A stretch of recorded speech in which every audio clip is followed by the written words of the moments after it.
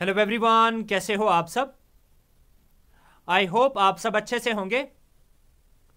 My name is Khan Shaukat and I welcome you all to my YouTube channel CS trainer Khan Shaukat. आज हम अपने computer module का lecture number 2 करेंगे और आज के लेक्चर में हम डिस्कशन करेंगे about the components of a computer. ये हमारे सिलेबस का टॉपिक 1 अभी चल रहा है। ये टॉपिक 1 का सेकंड पार्ट रहेगा। पार्ट 1 में हमने डिस्कशन किया है about the basic applications of a computer. अगर वो लेक्चर अभी तक आपने नहीं देखा है, आप प्लेलिस्ट में जा सकते हो, वहां पे आपको इसका पार्ट 1 मिल जाएगा। ये लेक्चर सीरीज आपके VLW एग्जाम के लिए काफी ज्यादा इंपॉर्टेंट रहेगी और उन सब JK SSB SSC एग्जाम्स के लिए भी जिनमें भी कंप्यूटर मॉड्यूल मेंशन करके रखा गया है। इस लेक्चर सीरीज में हम हर एक टॉपिक को डिटेल में डिस्कस करेंगे। कहीं पे भी हम कोई भी पॉइंट मिस नहीं करने वाले हैं। तो चलिए हम शुरू करते हैं आज की क्लास को। लेकिन आज की क्लास को शुरू करने से पहले I request you all to subscribe to my YouTube channel अगर आपने अभी तक नहीं किया है, and do not forget to like and share the video. तो चलिए हम शुरू करते हैं आज की क्लास को, starting with this basic block diagram regarding the components of a computer। अगर हम components of a computer की बात करेंगे, the basic components are input unit, central processing unit, output unit and memory unit। input unit की मदद से हम data feed करवा पाते हैं कंप्यूटर में, और जैसे ही हम डेटा को फीड करेंगे उस डेटा पे प्रोसेसिंग करने का काम कौन करेगा? Central processing unit. और जो भी प्रोसेसिंग करने के बाद हमें रिजल्ट मिल जाएगा, उस रिजल्ट को हम शो कर सकते हैं या तो आउटपुट डिवाइसेस पे, या तो हम उसको सेव करके रख सकते हैं मेमोरी के अंदर। अब अगर हम इनपुट डिवाइस की बात करेंगे, हम कौन कौन सा इनपुट डिवाइस इस्तेमाल करते हैं? Some of the basic examples are keyboard, mouse, likewise scanner, barcode reader and there are many more examples. इसी तरीके से अगर हम आउटपुट डिवाइसेस की बात करेंगे, एग्जाम्पल्स कौन कौन सी आती है? मॉनिटर आ जाएगा, प्रिंटर आ जाएगा, प्लॉटर भी आ जाएगा, स्पीकर आ जाएगा and so on. So these are some of the examples of our output devices। जब हम एक या एक से ज्यादा इनपुट डिवाइसेस अटैच कर लेते हैं कंप्यूटर के साथ, तो इनको कंबाइंडली हम बोलते हैं input unit. Input unit same pattern पे अगर हम एक से ज्यादा आउटपुट डिवाइसेस को अटैच करेंगे कंप्यूटर के साथ, तो उसको हम बोलते हैं आउटपुट यूनिट। यहां तक होपफुली आपको चीजें क्लियर हो रही होगी। अब अगर हम सेंट्रल प्रोसेसिंग यूनिट की बात करेंगे, सेंट्रल प्रोसेसिंग यूनिट खुद 3 कंपोनेंट्स का बना हुआ होता है। एक होता है अर्थमेटिक एंड लॉजिकल यूनिट, दूसरा होता है कंट्रोल यूनिट, और साथ ही साथ हम इसमें रजिस्टर्स का भी इस्तेमाल कर देते हैं। मेमोरी यूनिट का हम इस्तेमाल किस पर्पस के लिए करते हैं? डेटा को सेव करने के लिए, इंस्ट्रक्शंस को स्टोर करने के लिए, या कभी कभी हम किसी इंस्ट्रक्शन का एड्रेस भी सेव कर सकते हैं इन दिस मेमोरी यूनिट। हर एक यूनिट के बारे में हम अब डिटेल में डिस्कस करने वाले हैं। सबसे इंपॉर्टेंट पॉइंट जो कि आपको यहां पे नोट डाउन करना पड़ेगा, दैट इज जब भी हम किसी भी इनपुट डिवाइस का इस्तेमाल करेंगे डेटा फीड करने के लिए, लेट अस से आप कीबोर्ड का इस्तेमाल कर रहे हो, जो भी आप डेटा फीड करोगे वो डेटा किस फॉर्म में होता है? ह्यूमन रीडेबल फॉर्म में। ह्यूमन रीडेबल फॉर्म में। और हमें पता है दैट जो हमारा कंप्यूटर है ये एक इलेक्ट्रॉनिक डिवाइस है जो कि अंडरस्टैंड कर सकता है only language of zeros and ones, जिसको हम बोलते हैं बाइनरी लैंग्वेज। तो हमें इस human readable form of data को कन्वर्ट करना पड़ेगा किसमें? बाइनरी फॉर्म में। बाइनरी फॉर्म में। और जब भी प्रोसेसिंग खत्म हो जाएगी, अगर हम उसको शो करेंगे किस पे? किसी भी आउटपुट डिवाइस पे, तो हमें इस बाइनरी फॉर्म ऑफ डेटा को वापस से कन्वर्ट करना पड़ेगा किसमें? ह्यूमन रीडेबल फॉर्म में। ठीक है। अब इस human readable form of data को बाइनरी में कन्वर्ट करने का काम कौन करेगा? Input interface. Input interface. Likewise इस बाइनरी फॉर्म ऑफ डेटा को वापस से ह्यूमन रीडेबल फॉर्म में लाने का काम कौन करेगा? Output interface. Output interface. ठीक है, अब ये जो इनपुट इंटरफेस है या आउटपुट इंटरफेस है, ये किस चीज की हेल्प लेता है? Human readable form of data को कन्वर्ट करने के लिए इनटू बाइनरी फॉर्म। तो इसके लिए हम कुछ डेटा एनकोडिंग सिस्टम्स का इस्तेमाल कर लेते हैं। अब मैं आपको थोड़ा बहुत उसके बारे में बताऊंगा। डेटा एनकोडिंग सिस्टम्स, तो हम कुछ डेटा एनकोडिंग टेक्निक्स का इस्तेमाल करते हैं human readable form of data को बाइनरी में कन्वर्ट करने के लिए। एक डेटा एनकोडिंग सिस्टम हम इस्तेमाल करते हैं जिसको हम बोलते हैं BCD। होपफुली आप सबको इसकी फुल फॉर्म पता होगी, that is binary coded decimal. इसी तरीके से एक और डेटा एनकोडिंग सिस्टम हम इस्तेमाल करते हैं जिसको हम बोलते हैं एब्सिडिक, EBCDIC। इसकी फुल फॉर्म क्या आती है? एक्सटेंडेड बाइनरी कोडेड डेसिमल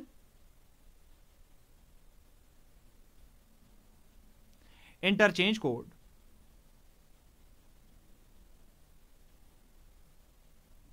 ठीक है, एक और इंपॉर्टेंट डेटा एनकोडिंग सिस्टम जो हम इस्तेमाल करते हैं that is known as ASCII representation, या ASCII भी आप इसको पढ़ सकते हो। इसकी फुल फॉर्म क्या आती है? अमेरिकन स्टैंडर्ड कोड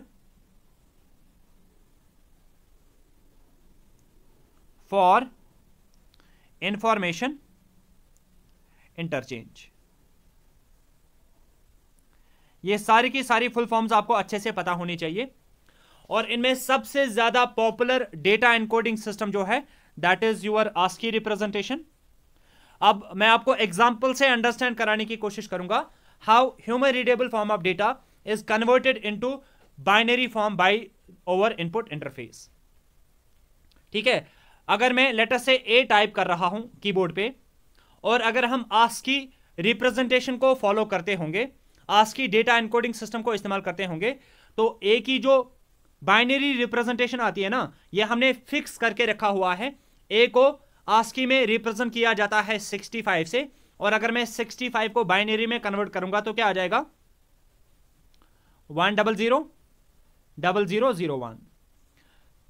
लाइकवाइज अगर मैं कैपिटल में B टाइप करूंगा, इसका ASCII कोड हमने फिक्स करके रखा हुआ है 66, और अगर मैं इसको रिप्रेजेंट करूंगा तो कैसे कर सकता हूं? 1000010। सेम पैटर्न पे CDEF, हर एक को हमने एक फिक्स्ड रिप्रेजेंटेशन दे के रखी हुई है इन ASCII रिप्रेजेंटेशन। लाइकवाइज अगर मैं कीबोर्ड पे टाइप करूंगा स्मॉल a को हमने ASCII कोड दिया हुआ है 97 जो कि फिक्स्ड है, और अगर मैं 97 को बाइनरी में कन्वर्ट करूंगा तो क्या आ जाएगा? 1100001। इस तरीके से अगर मैं कोई भी स्पेशल सिंबल टाइप करूंगा, as an example exclamation mark, ये अगर मैं टाइप करूंगा तो इसको हमने क्या दिया है? ASCII रिप्रेजेंटेशन में इसको कोड मिल चुका है 33। अगर मैं इसको बाइनरी में कन्वर्ट करूंगा तो क्या आ जाएगा? 0100001। इस तरीके से। तो आप देख सकते हो जो भी हम कैरेक्टर, जो भी हम स्पेशल सिंबल, जो भी हम न्यूमेरिकल वैल्यू टाइप करेंगे उसको हमने एक फिक्स्ड रिप्रेजेंटेशन दे दी है ASCII में, और ये इनपुट इंटरफेस हर एक कैरेक्टर को, हर एक स्पेशल सिंबल को, हर एक न्यूमेरिकल वैल्यू को कॉरस्पॉन्डिंग ASCII वैल्यू में कन्वर्ट कर देता है। इस तरीके से हमारा human readable form of data convert हो जाता है बाइनरी फॉर्म में। ठीक है, सेम पैटर्न पे यहां से आउटपुट इंटरफेस भी ऐसे ही काम करेगा। होपफुली आपको कॉन्सेप्ट समझ में आ गया होगा how this human readable form of data is converted into binary form. ठीक है, नाउ अब हम इन्हीं सारे के सारे कंपोनेंट्स को थोड़ा बहुत यहां पे डिस्कस करेंगे। द मेन कंपोनेंट्स जो हमारे कंप्यूटर के होते हैं मैंने आपको ऑलरेडी बताया, one is input unit, central processing unit, output unit and memory unit. अब हम इन्हीं के बारे में थोड़ा थोड़ा यहां पे डिटेल में डिस्कस करेंगे। अगर हम सबसे पहले इनपुट यूनिट की बात करेंगे, इनपुट यूनिट में क्या होते होंगे? इनपुट डिवाइसेस, यानी कि अगर हम 1 2 3 4 5 बहुत सारे इनपुट डिवाइसेस को कंबाइन करेंगे, अटैच करेंगे कंप्यूटर के साथ, तो उसको कंबाइनली क्या बोला जाता है? Input unit. ठीक है, तो इनपुट यूनिट में क्या होता है? एक इनपुट इंटरफेस होता है जो कि human readable form of data को कन्वर्ट कर लेता है बाइनरी लैंग्वेज में, ताकि कंप्यूटर चीजों को प्रॉपर्ली अंडरस्टैंड कर सके। अगर हम कुछ एग्जांपल्स की बात करेंगे, कीबोर्ड आता है, mouse, joystick, scanner and so on. ठीक है, और ये इनपुट यूनिट हम किसके लिए इस्तेमाल करते हैं? इसकी मदद से हम डेटा प्रोवाइड कर लेते हैं प्रोसेसर को, जो कि बाद में इस पे फर्दर प्रोसेसिंग कर सकता है। ठीक है, फिलहाल के लिए आप इनपुट यूनिट के रिलेटेड इतना ही याद रखो। अब जो भी इनपुट डिवाइसेस होते हैं, जॉयस्टिक, स्कैनर, इनकी वर्किंग क्या होती है, ये हम आगे वाले क्लासेस में डिस्कस करेंगे। Let's talk about now the output unit. Output unit में क्या होंगे? आउटपुट यूनिट में आउटपुट डिवाइसेस होंगे that are attached to the computer.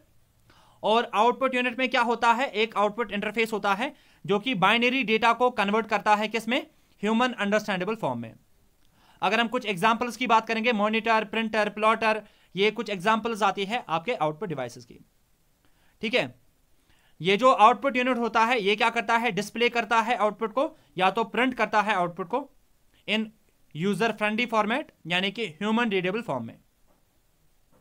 जितने भी आउटपुट यूनिट्स या आउटपुट डिवाइसेस अटैच्ड होंगे कंप्यूटर के साथ, उन सभी को हम कंबाइनली क्या बोलते हैं? Output unit.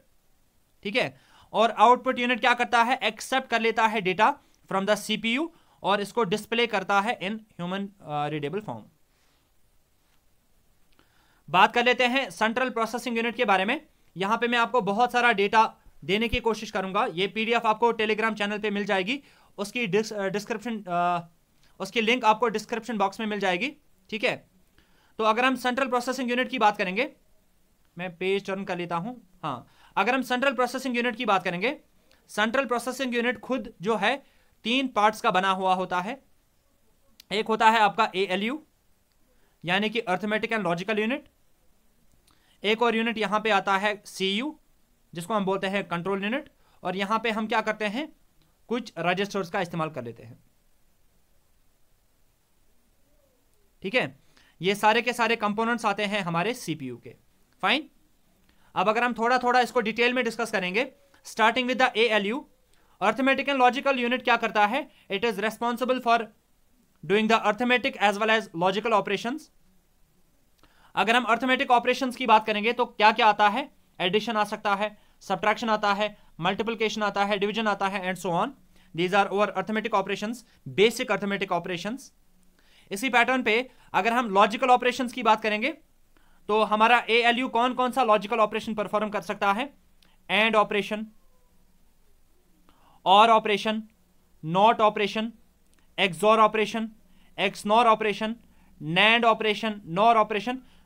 तो ये सारी किसकी एग्जांपल्स आ जाती है? लॉजिकल ऑपरेशंस की। इसी पैटर्न पे कुछ और अगर एग्जांपल्स की अगर हम बात करेंगे, कंपैरिजन, अगर हमें 2 डेटा आइटम्स को करना होगा, वो भी एग्जांपल आ जाती है किसकी? लॉजिकल ऑपरेशन की। या अगर हमें शिफ्ट ऑपरेशन परफॉर्म करना होगा, वो भी एग्जांपल आती है किसकी? लॉजिकल ऑपरेशंस की। तो ये arithmetic as well as logical operations perform करने का काम कौन करेगा? Arithmetic and logical operation, logical unit. ठीक है, और ये जो हमारा पूरा का पूरा CPU होता है, इसको क्या हम क्या बोलते हैं? Brain of the computer, brain of computer. ये सबको पता होगी, ये मैंने इस PDF पे भी लिखा हुआ है, आप एक बार इसको रीड कर लेना। अब अगर हम कंट्रोल यूनिट की बात करेंगे, कंट्रोल यूनिट किसके लिए रिस्पॉन्सिबल होता है? कंट्रोल एंड कोऑर्डिनेशन के लिए।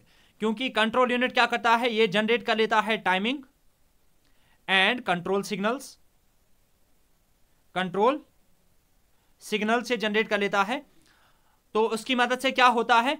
ये बताता है हर एक कंपोनेंट को कि आपको क्या काम करना है, किस टाइम पे काम करना है। ये सारी चीजें इससे हमें पता चल जाती है। ठीक है, अगर हम चीजों को कंट्रोल नहीं करेंगे, सारे के सारे कंपोनेंट्स को कंट्रोल नहीं करेंगे, तो यहां पे मैसअप हो सकता है। ठीक है, बहुत सारे लेटर से प्रोसेसेस बोल सकते हैं एक साथ कि मुझे CPU को यूटिलाइज करना है, तो उसे डेटा हमें गलत मिल सकता है। ठीक है, तो हर एक चीज को हमें प्रॉपर्ली कंट्रोल करना पड़ता है, किस टाइम पे कौन सा प्रोसेस एग्जीक्यूट हो जाएगा ठीक है, कितने टाइम के लिए एग्जीक्यूट हो जाएगा, ये टाइमिंग एंड कंट्रोल सिग्नल्स ही हमें बताएगी। ठीक है, लाइकवाइज अगर हम रजिस्टर्स की बात करेंगे, रजिस्टर जो है ना, this is considered to be the fastest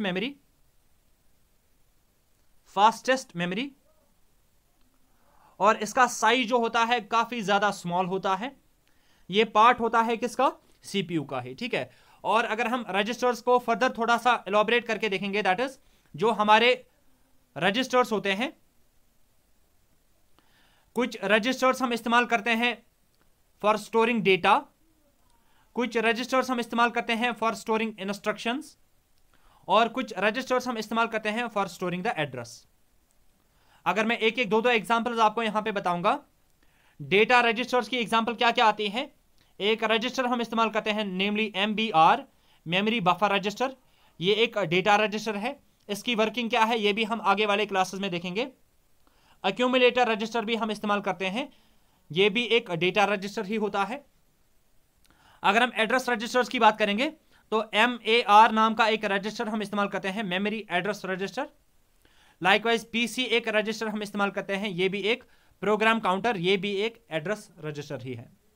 instruction registers की अगर हम बात करेंगे, IR नाम का एक रजिस्टर आता है जहां पे हम इंस्ट्रक्शंस को सेव करके रख सकते हैं। ठीक है, तो ये हो गया थोड़ा सा discussion about the memory registers, और इनका साइज काफी छोटा होता है, generally 16 bit, 32 bit, 64 bit and so on. और हर एक रजिस्टर की अपनी एक स्पेसिफिक फंक्शन होती है। समझ में आ रही बात? ठीक है, अब हर एक रजिस्टर की फंक्शनैलिटी क्या है ये हम आगे डिस्कस करेंगे। होपफुली रजिस्टर्स के बारे में भी आपको ये सारी चीजें अच्छे से समझ में आ गई होगी। ठीक है, now let's talk about the memory unit. अगर हम मेमोरी यूनिट की बात करेंगे, मेमोरी यूनिट में हम क्या करते हैं, हम स्टोर कर पाते हैं डेटा को, इंस्ट्रक्शंस को, एंड समटाइम्स हम क्या करते हैं, एड्रेस को भी सेव करके रख सकते हैं। इसको हम कभी कभी बोलते हैं इंटरनल मेमोरी। एक इंपॉर्टेंट पॉइंट जो आपको यहां पे याद रखना है, जो भी हमारी इंटरनल मेमोरी होती है, जिसको हम बाद में मेन मेमोरी भी बोलेंगे, या हम उसको रैम भी बोल सकते हैं, या प्राइमरी मेमोरी भी बोल सकते हैं, इसको हमने क्या किया हुआ होता है, डिवाइड किया हुआ होता है छोटे छोटे लोकेशंस में, स्टोरेज लोकेशंस में। इस तरीके से लेट अस से अगर ये हमारी रैम है, इसको हमने क्या किया है, छोटे छोटे लोकेशंस में डिवाइड किया हुआ होता है। ठीक है, और हर एक लोकेशन का साइज क्या होता है, सेम। अब हर एक लोकेशन में हम या तो डेटा सेव कर सकते हैं, या तो इंस्ट्रक्शंस को सेव कर सकते हैं, या कभी कभी हम एड्रेस भी सेव करके रख सकते हैं। और ये जितनी भी लोकेशंस होती है, हर एक लोकेशन को हमने एक एड्रेस दिया हुआ होता है, हर एक लोकेशन को हमने एक एड्रेस दिया हुआ होता है। और वो कौन सा एड्रेस होता है, वो होता है फिजिकल एड्रेस, वो होता है फिजिकल एड्रेस। और ये जो फिजिकल एड्रेस है ना, ये हम जनरली हेक्सा डेसिमल फॉर्मेट में लिख लेते हैं। ठीक है, मैं चीजों को थोड़ा सा यहां पे मिंगल कर रहा हूं, आगे वाले क्लासेस में आपको हर एक चीज अच्छे से क्लियर हो जाएगी। हर एक मेमोरी लोकेशन का क्या होता है, एक एड्रेस होता है जिसको हम बोलते हैं फिजिकल एड्रेस। अब रैम को हम क्यों, प्राइमरी मेमोरी को हम क्यों बोलते हैं रैम, बिकॉज आपको एक चीज यहां पे अंडरस्टैंड करनी है, रैम की फुल फॉर्म क्या आती है, रैंडम एक्सेस मेमोरी, यानी कि हम किसी भी मेमोरी लोकेशन को रैंडमली एक्सेस कर सकते हैं। एज एन एग्जाम्पल, अगर मुझे यहां पे कुछ डेटा आइटम सेव करना होता, लेट अस से अगर मैं यहां पे सेव कर रहा हूं 10, अगर मैंने हर एक लोकेशन को एड्रेस नहीं दिया होता, तो अगर मुझे इस 10 को सेव बाद में रिट्रीव करना होता प्रोसेसिंग करने के लिए, तो मुझे अपनी पूरी की पूरी मेमोरी को छानना था, सर्च करना था, तब जाके मुझे 10 कहीं ना कहीं पे मिल जाता। तो इस चीज से बचने के लिए, इस सर्चिंग टाइम को रिड्यूस करने के लिए हम क्या करेंगे, हर एक लोकेशन को एक एड्रेस देंगे। ठीक है, बाद में हमें क्या करना होगा, जब भी हमें किसी भी डेटा आइटम की जरूरत होगी, मैं डायरेक्टली उसके एड्रेस पे जा सकता हूं और उस डेटा आइटम को एक्सेस कर सकता हूं। ठीक है, तो आप क्या कर सकते हो, रैंडमली किसी भी मेमोरी लोकेशन को एक्सेस कर सकते हो, इसलिए हम इसको बोलते हैं रैंडम एक्सेस मेमोरी। ठीक है, होपफुली ये पॉइंट आपको समझ में आ गया होगा। अब एक और पॉइंट के बारे में अगर हम यहां पे डिस्कशन करेंगे, इज दैट ये जो लोकेशंस होती है मेमोरी की, ये 1 बाइट की भी हो सकती है।